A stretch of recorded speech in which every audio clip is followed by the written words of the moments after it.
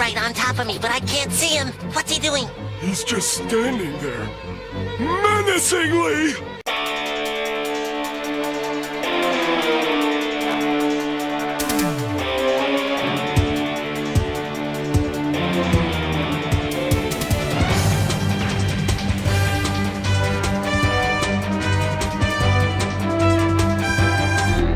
Hello everyone, Skippy here, and welcome to One Piece episode 964. Directed by Yutaka Nakashima and supervised by Toshio Deguchi and Keita Saito.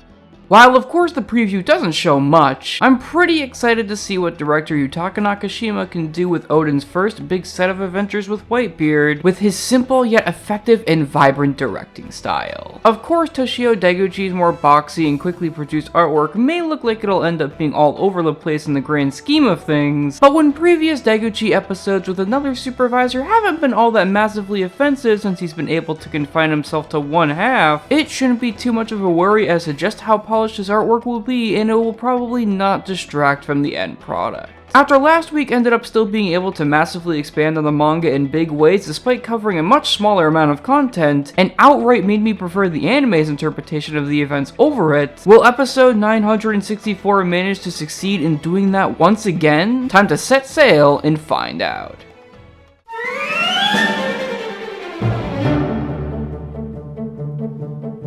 This episode covers the remaining 6.5 pages of chapter 964 and the first 5 pages of chapter 965. And due to it being a Nakashima episode, there's a lot of really small but not massively extensive filler that only really bridges the gap between the different content ever so slightly rather than getting a complete glimpse at what we could have missed out on. With the biggest examples being Toki visibly taking care of Oden, and him and his scabbards that remain on the ship taking in the sunlight as they go off on their first voyage. But there's also some small deviations to the content as well, like having Oden and Karma actually fight, and making Oden's initial reaction after being healed a lot more playful and fun by having him traverse the island that he's currently on. And while all of this is quite neat and offers some fun within the context of what happens in this filler, I don't really feel like Nakashima's direction does it and the surrounding manga content justice all that well. A lot of the scenes that should have had such amazing gravitas and power feel like they kinda lacked it more than anything. And the same can be said about the music placement as well, which just kind of feels bland and a bit phoned in. It's not terrible or anything at all, but it just kind of feels a tad bit flat and not as exciting as past episodes because of it, and is at odds with the added content itself feeling really cool idea-wise outside of that.